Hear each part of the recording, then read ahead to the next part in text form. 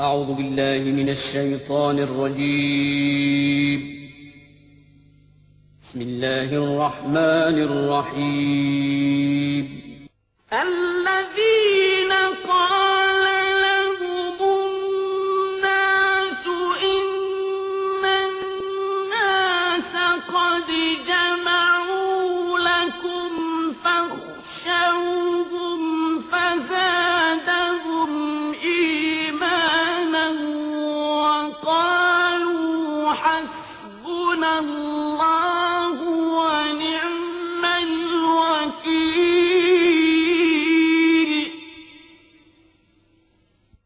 وہ شام جو روئے ابتلا،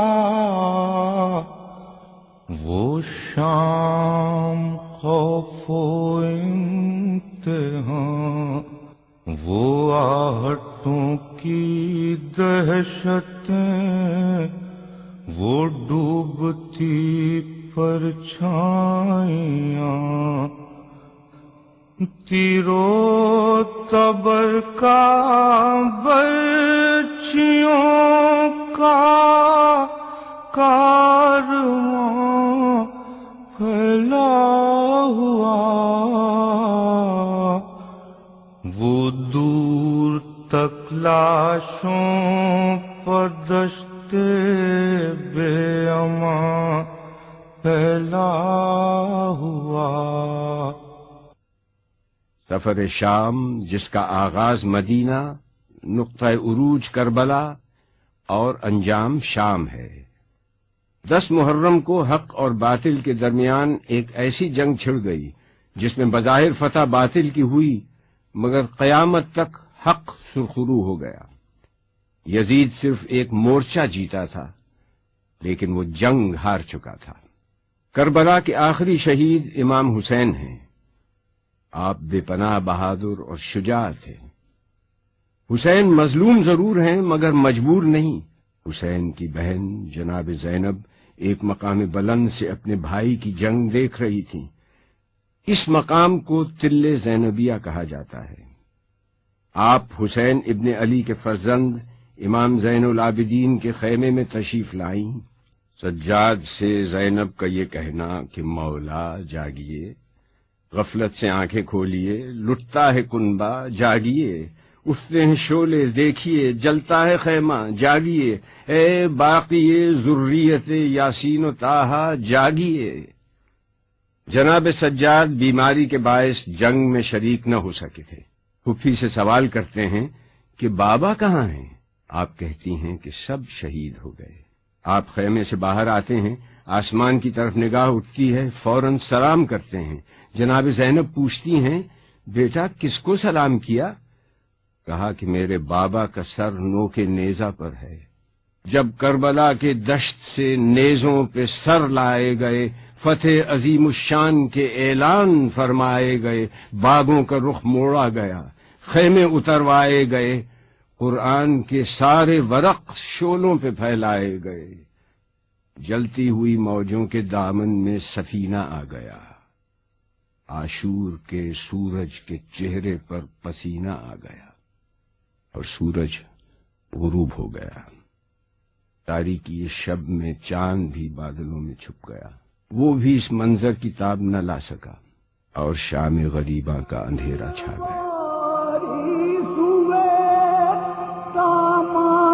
گرفتاری ہے جو علیوں کے ابواب پہ مددگاری ہے، کربلا میں ہے یہ فریاد کسی کی کہ برادر دوڑو، ارے کوئی چلاتی ہے ابا کے بلا بھر دوڑو، کوئی کہتی ہے تڑپ کر میرے دل بھائی دوڑو، ارے مالوسی جاتی ہے بیٹا علی اکبر دوڑو۔ رسول کی نواسی علی کی بڑی بیٹی زینب کربلا کے صحرا میں بے آب و گیا جنگل میں جلے ہوئے خیموں کے درمیان عورتوں اور بچوں کو جمع کرتی ہیں، ان کے دلوں کو تسلی اور ڈھارس دیتی ہیں، اور اب اس لٹے ہوئے قافلے کی سپہ سالار بھی جناب زینب ہیں۔ آپ نے جس عزم راسخ، جذبہ، ایثار، ذوق جہاد، صبر و استقامت کا مظاہرہ کیا، اس کی تاریخ اسلام میں کوئی دوسری مثال پیش نہیں کی جا سکتی۔ آپ نے حسین ابن علی کے عظیم مقصد میں بھرپور ساتھ دیا اور شریکت الحسین کہلائیں۔ 11 محرم کی وہ صبح تھی جب اہل بیت کو کوفہ جانے کا حکم ملا۔ کربلا سے کوفہ کا فاصلہ 56 میل کا ہے۔ یہ فاصلہ بہت سرعت سے طے کیا گیا اور روایت کے مطابق قافلہ 11 محرم کی شام کو کوفہ پہنچ گیا تھا۔ مسجد حنانہ کوفہ کی قدیم مساجد میں سے ایک ہے اور یہیں پر شہداء کے سرہائے اقدس رکھے گئے تھے اور اہل بیت نے یہاں قیام کیا تھا، اور یہاں سے ابن زیاد کے دربار میں لے جایا گیا جسے قصر دارالامارہ کہا جاتا ہے۔ قصر کو آراستہ کیا گیا اور ہر خاص و عام کو شرکت کی اجازت تھی۔ حکومت کی جانب سے اعلان کیا گیا تھا کہ امیر پر ایک خارجی نے خروج کیا ہے، اس کے مقابلے میں حکومت کو کامیابی ہوئی ہے۔ آج اس کے اہل و عیال کو گرفتار کر کے کوفہ لایا گیا ہے۔ بازار کوفہ سے قصر تک لوگوں کا ازدحام تھا۔ پتہ کہ نقاروں پر چوٹ پڑ رہی تھی۔ جب اہل بیت کو ابن زیاد کے سامنے پیش کیا گیا تو اس نے جناب زینب سے مخاطب ہو کر کہا کہ سنتی ہو، یہ میری فتح کے شادیانے ہیں، یہ میری فتح کا اعلان ہے۔ شادیانے خاموش ہوئے۔ اذان کی آواز گونجی۔ آپ نے کہا، ذرا غور سے سن ان الفاظ کو، یہ میرے بھائی کی فتح کا اعلان ہے۔ شادیانے بند ہو جائیں گے لیکن یہ اذان تا قیامت گونجتی رہے گی اور میرے بھائی کی حقانیت اور اصول پسندی کی یاد دلاتی رہے گی۔ اس نے جناب زینب سے مخاطب ہو کر کہا کہ خدا نے تمہارے بھائی کو قتل کیا اور تمہیں رسوا کیا اور تمہارے دعوے اور جھوٹ کو آشکار کر دیا۔ جناب زینب نے اس وقت خطبہ ارشاد فرمایا، شکر ہے خدا کا جس نے ہم کو بزرگی اور کرامت عطا فرمائی، اپنے نبی محمد صلی اللہ علیہ وسلم کی وجہ سے پاک کیا اور ہم کو ہر نجاست و ناپاکی سے جو حق پاک کرنے کا تھا پاک کیا، اور عنقریب فاسق رسوا اور ذلیل ہوگا اور فاجر جھوٹا ہے۔ ابن زیاد نے کہا، تم نے دیکھا کہ خدا نے تمہارے بھائی حسین سے کیا سلوک کیا؟ جناب زینب نے فرمایا کہ میں نے سوائے نیکی اور خیر کے اور کوئی چیز خدا کی جانب سے نہیں دیکھی۔ ہم اہل بیت کے لیے اللہ نے شہادت مقدم فرمائی، وہ لڑے اور شہید ہو گئے۔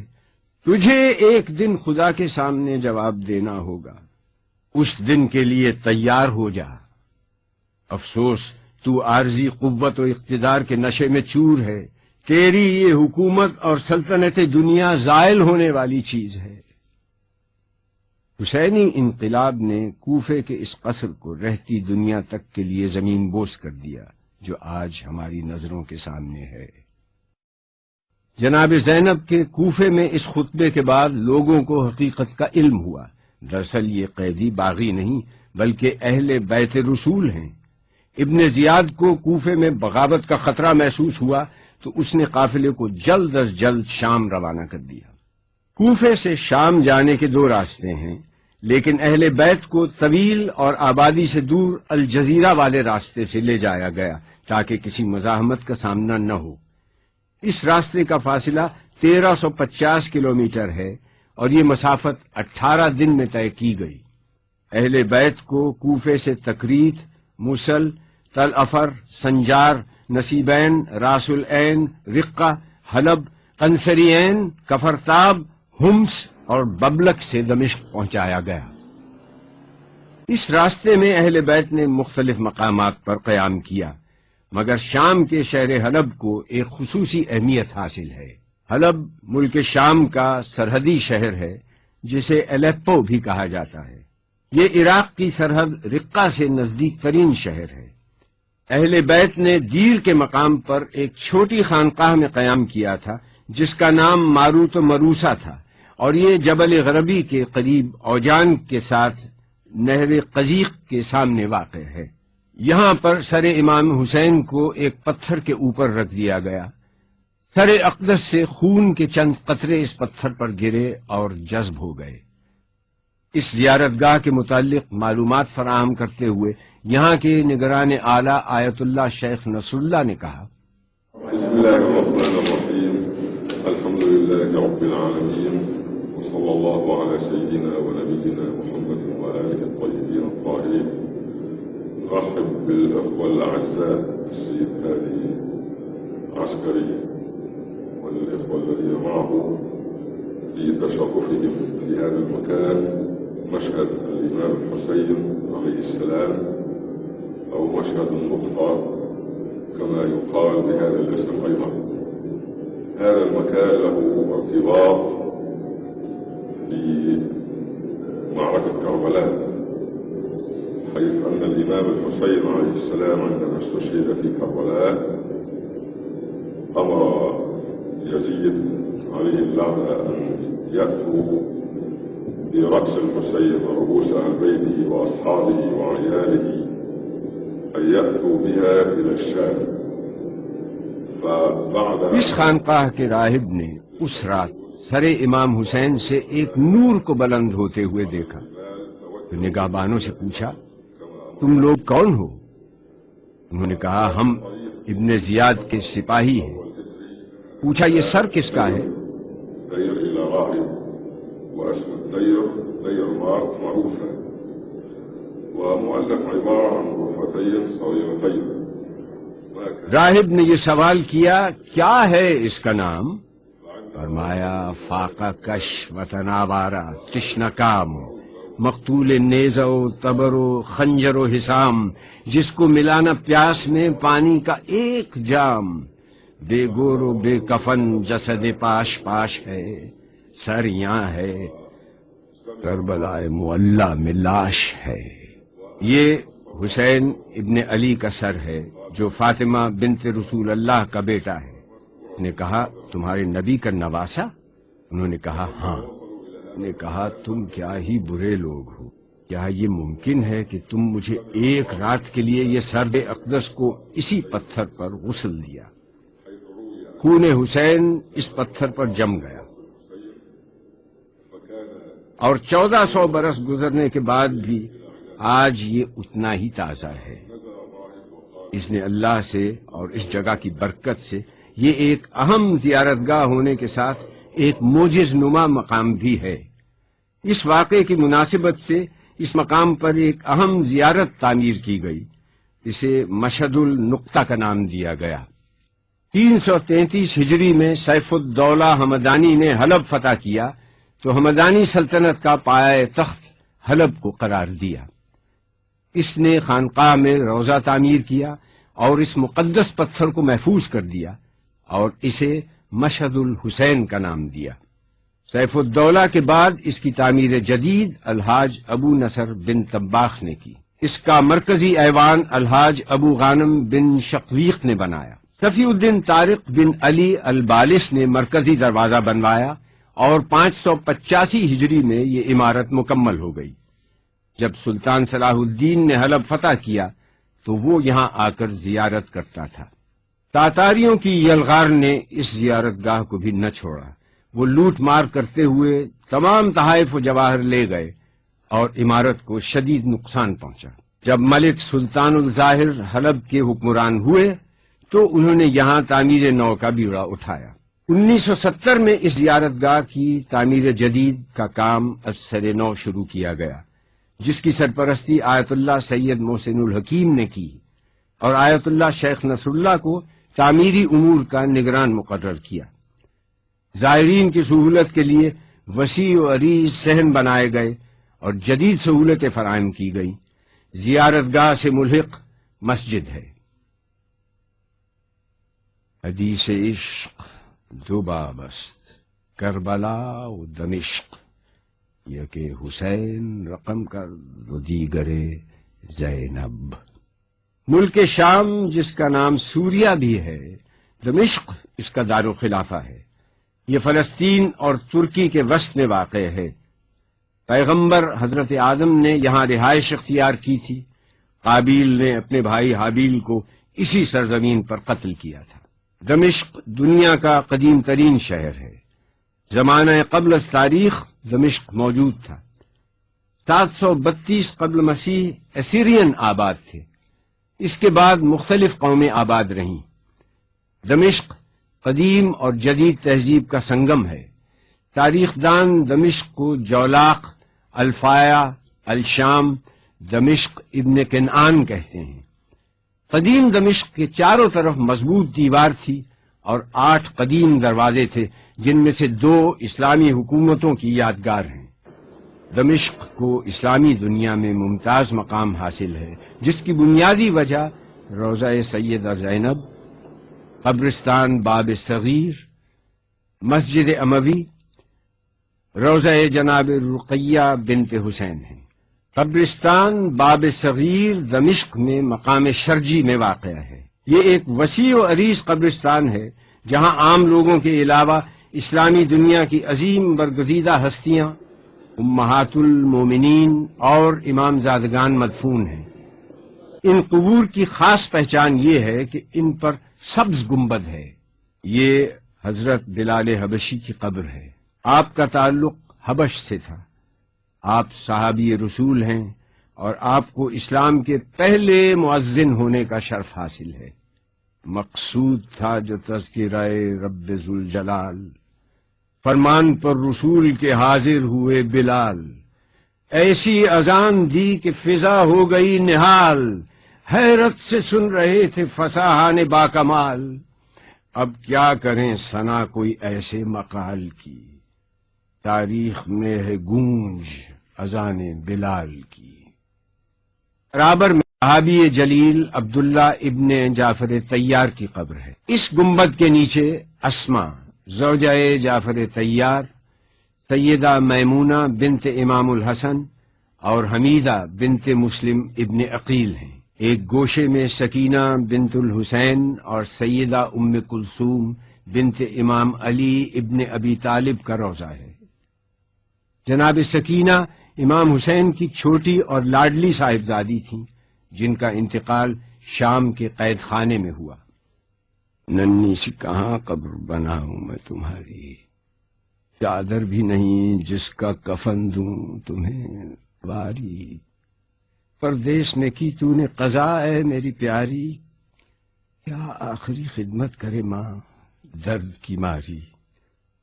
پوشیدہ تہ خاک جو تن ہوگا تمہارا، یہ خون بھرا کرتا ہی کفن ہوگا تمہارا. جناب ام کلثوم علی ابن ابی طالب کی چھوٹی بیٹی ہیں. آپ جناب زینب کے ساتھ مدینے سے کربلا، کوفہ اور شام میں برابر کی شریک سفر رہیں. یہ روضہ امام زادہ سید عبداللہ کا ہے. آپ امام زین العابدین کے فرزند ہیں.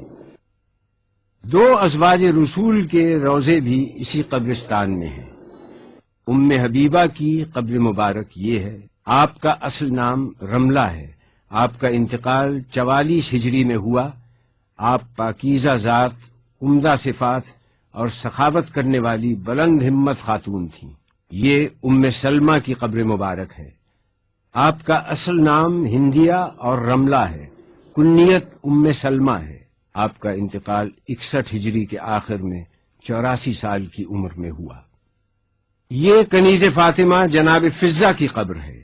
آپ کا تعلق حبشہ سے تھا. آپ کا اصل نام میمونہ تھا. فضہ کے معنی چاندی کے ہیں. آپ نے جناب فاطمہ زہرا کی خدمت کو اپنا فریضہ بنایا. آپ واقع کربلا میں شریک رہیں اور اپنے آخری ایام تک اہل بیت کے ساتھ رہیں. وہ مکتب آئین مساوات کی تہذیب، وہ فضہ نوازی میں مدارات کی تہذیب، اللہ رے میزان مساوات کا وہ گھر جو کم ہو فضہ کا وہ زہرا کے برابر۔ اسی قبرستان کے نزدیک رؤوس شہداء کربلا ہے۔ روایت کے مطابق یہاں کربلا کے 16 شہداء کے سرہائے مبارک دفن ہیں اور یہاں ایک زرعی تعمیر کی گئی ہے۔ مسجد اموی سے نزدیک رقیہ بنت حسین کا روضہ ہے۔ حکومت ایران نے گرد و نواح کے مکانات خرید کر اس مقام پر ایک شاندار روضہ تعمیر کیا جو رقیہ بنت الحسین کے نام سے مشہور ہے۔ شہر دمشق سے 15 کلومیٹر کے فاصلے پر جناب زینب کا روضہ ہے۔ یہ مقام پہلے راویہ کے نام سے مشہور تھا، اب اسے زینبیہ کہا جاتا ہے۔ آپ کی ولادت 5 جمادی الاول 5 ہجری میں ہوئی۔ آپ کا نام زینب رسول اکرم صلی اللہ علیہ وسلم نے رکھا۔ زینب عبرانی لفظ ہے۔ یہ لفظ زین سے اور اب سے مرکب ہے جس کے معنی ہیں باپ کی زینت۔ آپ کے مشہور القاب عقیلہ، عارفہ، موثوقہ یعنی معتبر خاتون، عالمہ، فاضلہ، کاملہ، عقیلہ بنی ہاشم، عابدہ آل محمد ہیں۔ تاریخ نے آپ کو ام المصائب کا لقب بھی دیا۔ آپ عبداللہ جعفر طیار کی زوجہ ہیں اور آپ کے دونوں فرزند اون و محمد کربلا میں شہید ہوئے۔ واقعہ کربلا کے کچھ عرصے کے بعد آپ کی وفات ہو گئی۔ جناب زینب نے عصمت و پاکیزہ عادات اپنے نانا رسول اکرم صلی اللہ علیہ وسلم سے سیکھیں، صبر و وقار اپنی نانی جناب خدیجہ سے لیں، فصاحت و کلام کا درس اپنے والد علی ابن ابی طالب سے لیا، عفت اپنی والدہ گرامی جناب فاطمہ زہرا سے سیکھیں، علم اور بردباری اپنے بھائی حسن سے اور شجاعت اور شہامت اپنے بھائی حسین سے حاصل کی۔ آپ سرچشمہ نبی کی پارہ جگر ہیں، صاحب خلق عظیم، بے پایاں شرف کی مالک ہیں، پرہیزگاروں کے لیے سرمایہ افتخار ہیں۔ اللہ کی رحمتیں اور برکتیں آپ پر سایہ فگن ہیں۔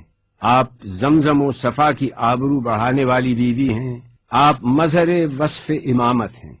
آپ کے روضے کی تعمیر ترک سلاطین کے دور میں ہوئی اور تعمیر جدید 1988 عیسوی میں کی گئی۔ 54 میٹر بلند مینار تعمیر کیا گیا جس پر ایرانی طرز کے کاشی ٹائلز استعمال کیے گئے ہیں اور اللہ کے 99 نام لکھے گئے ہیں۔ روضے کا گنبد سونے کا ہے۔ مسجد اموی ایک نہایت وسیع و عریض شاندار مسجد ہے۔ یہ اپنے تاریخی حوالے سے منفرد اہمیت کی حامل ہے۔ یہاں 3 مختلف تہذیبوں کے آثار موجود ہیں۔ اس کی بنیادیں 4000 سال تک پھیلی ہوئی ہیں۔ یہ مسجد دراصل مختلف ادیان و مذاہب اور ان کی تعمیرات کی ایک تاریخ ہے۔ 4000 سال پہلے آتش پرستوں کی عبادت گاہ تھی جہاں ان کے خدا آزر کی پوجا ہوا کرتی تھی۔ یونانیوں نے اسے اپنی عبادت گاہ بنایا۔ بعد میں اس سرزمین پر رومن مسیحیوں نے غلبہ حاصل کیا۔ انہوں نے اپنے معبود جوپیٹر کی عبادت گاہ کے طور پر کچھ حصہ کلیسا میں تبدیل کر دیا اور قدیس یوحنا ماری یوحنا کا نام پڑ گیا۔ 17 ہجری میں مسلمانوں کے ہاتھوں دمشق فتح ہوا تو یہ آتش کدہ، بت کدہ کلیسا بعد میں مسجد میں تبدیل ہو گیا۔ ولید بن عبد الملک نے اسے جامع مسجد اموی کا نام دیا۔ اس سے قبل 61 ہجری میں یہ یزید کا دربار تھا۔ اس کا مجموعی رقبہ 15,000 مربع میٹر ہے۔ مسجد کے وسط میں نبی اللہ حضرت یحییٰ ابن زکریا کا سر بھی دفن ہے۔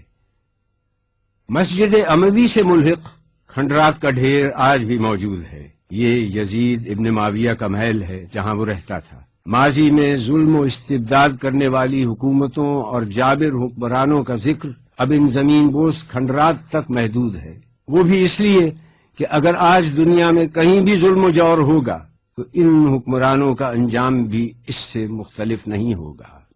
محل سے نزدیک ہی ایک بند گلی میں ویران اجاڑ تہہ خانے میں یزید ابن معاویہ کی قبر ہے۔ ہیں زیر زمین صاحب تخت و علم و تاج، جو صاحب نوبت تھے نشاں ان کے نہیں آج، جو شاہ کے شاہوں سے صدا لیتے رہے باج، وہ باد فنا آپ کفن کے رہے محتاج۔ جب اہل بیت کا قافلہ دمشق پہنچا تو ان کو ایک تاریک زندہ میں قید کر دیا گیا۔ جب قیدیوں کو خانہ زندہ میں شب ہوئی، بچوں کو مارے خوف کی حالت عجب ہوئی، گھٹ گھٹ کے دختر شہیدین جاں بلب ہوئی، مستر کمال بنت امیر عرب ہوئی، آفت کا سامنا تھا نئی واردات تھی، زہرا کی بیٹیوں پہ قیامت کی رات تھی۔ یہ شام کا قدیمی بازار حمیدیہ ہے۔ اہل بیت کو دربار یزید میں اس بازار کی تنگ گلیوں سے گزار کر لایا گیا۔ ہزاروں کا مجمع تھا۔ یزید کی خوشنودی حاصل کرنے کے لیے اہل بیت کو مقررہ وقت سے قبل پہنچا دیا گیا، جس کی وجہ سے اہل بیت کو داخلی دروازے پر کئی گھنٹے تک روک دیا گیا، اور اسی مقام کو باب الساعت کہتے ہیں۔ دربار میں داخلے کے 7 دروازے ہیں۔ ایک دروازے سے دوسرے دروازے تک 2 رخا فوجیں کھڑی تھیں۔ یزید کے سپاہی جلالت اور شہنشاہیت کی نشانی بنے مسلح کھڑے تھے۔ جب اہل بیت 7ویں دروازے پر پہنچے اور جناب زینب نے دربار کو دیکھا تو آپ بیٹھ گئیں۔ کہہ دو مجھے دربار میں حاکم نہ بلائے، خلقت کو دوبارہ نہ میری شکل دکھائے، گر قتل ہو منظور تو قاتل یہیں آئے، موجود ہوں خنجر میری گردن پہ پھرائے، فکر غم و اندوہ سے آزاد ہو زینب، سر تن سے جدا ہو تو بہت شاد ہو زینب۔ اہل بیت دربار میں داخل ہوئے تو پہلے کھایا گیا۔ اس مقام کی پہچان کے لیے اس جگہ کے اطراف میں لکڑی کے کٹہرے بنا دیے گئے ہیں۔ یہ وہ جگہ ہے جہاں یزید بیٹھا تھا۔ اہل بیت کو یزید کے سامنے پیش کیا گیا۔ یہی وہ مقام ہے جہاں جناب زینب نے خطبہ ارشاد فرمایا تھا۔ یزید سے اہل بیت کا تعارف کروایا گیا۔ اس نے پوچھا یہ کنیزوں کے حلقے میں کون مغرور عورت بیٹھی ہے؟ جواب ملا یہ علی کی بڑی بیٹی رسول کی نواسی زینب کبریٰ ہے۔ دربار والوں نے اٹھ اٹھ کر دیکھنا شروع کیا تو کنیزوں میں سے ایک کنیز نے کہا کہ تم لوگوں کو شرم نہیں آتی، اپنی گردنیں نیچی کرو۔ زبیر ابن قیس نے یزید کے سامنے سر حسین پیش کیا اور کہا کہ امیر مبارک ہو، قیدی آ گئے، محمد کا نواسا قتل کر دیا گیا۔ اس کے بعد شہداء کے سر پیش کیے گئے۔ یزید نے پورے دربار کا جائزہ لیا۔ یہودیوں کا عالم راس الجالود سفیر روم، نصرانیوں کا عالم، علماء اور اراکین دولت موجود تھے۔ اس نے سورہ آل عمران سے اس آیت کو پڑھا، خدا جس کو چاہتا ہے ملک دیتا ہے اور جس سے چاہتا ہے ملک لے لیتا ہے، جس کو چاہتا ہے عزت دیتا ہے، جس کو چاہتا ہے ذلت دیتا ہے۔ جناب زینب نے یزید کو مخاطب کر کے کہا کہ آیات کو اپنے مطلب کے لیے استعمال مت کر، اس وقت تیرا اس آیت کو پڑھنے کا کیا محل ہے؟ اس کے بعد آپ نے اپنا تاریخ ساز اور عہد آفرین خطبہ ارشاد فرمایا۔ شروع کرتی ہوں اللہ کے نام سے جو رحمان و رحیم ہے، ساری تعریف عالمین کے رب کے لیے ہے، میں ستم دیدہ سہی مگر تعریف تیرے لیے، میرا گھر تباہ سہی مگر حمد تیرے لیے، میرا خاندان کشتہ راہ وفا سہی مگر بندگی تیرے لیے، اور درود و سلام میرے نانا پر۔ آپ نے جیسے ہی خطبے کا آغاز کیا دربار والوں نے پہچان لیا کہ جس بات کو چھپایا جا رہا تھا اب وہ بات آشکار ہو گئی۔ ہر طرف سرگوشیاں شروع ہو گئیں۔ ہاں، برا انجام ہے ان لوگوں کا جو اللہ کی آیتوں کی تکذیب کریں اور جو اللہ کی آیتوں کا مذاق اڑائیں۔ کیوں یزید، تو نے اللہ کے قول کو بھلا دیا؟ اللہ کا قول یہ ہے کہ کافر یہ گمان نہ کریں کہ ہم نے جو ان کو مہلت دی ہے وہ اس لیے دی ہے کہ ان کا زمانہ ہمیں پسند آیا ہے یا نہیں. یہ مہلت اس لیے ہے کہ وہ گناہ پر گناہ کیے جائیں تاکہ عذاب زیادہ ہو. کیا یزید تو گمان کرتا ہے کہ یہ ملک ہے نہیں، یہ مہلت ہے؟ کیا تو یہ سمجھتا ہے کہ تیری یہ حکومت ہے، تیرا اقتدار ہے اور ہمارے لیے کوئی راہ نہیں، اور تو نے ہم کو در بدر پھرا کر اپنے جبروت کا اعلان کیا؟ یہ غلط ہے. ہاں یزید، ایسا ہوا کہ ہم شہر بشہر پھرائے گئے. ہم کو لوگوں نے دیکھا کہ ہمارے سروں پر چادریں نہیں تھیں. یہ سچ ہے، مگر تم سے اور کیا توقع ہوتی جس کا گوشت پوست اگا ہے شہیدوں کے لہو کو پی کر.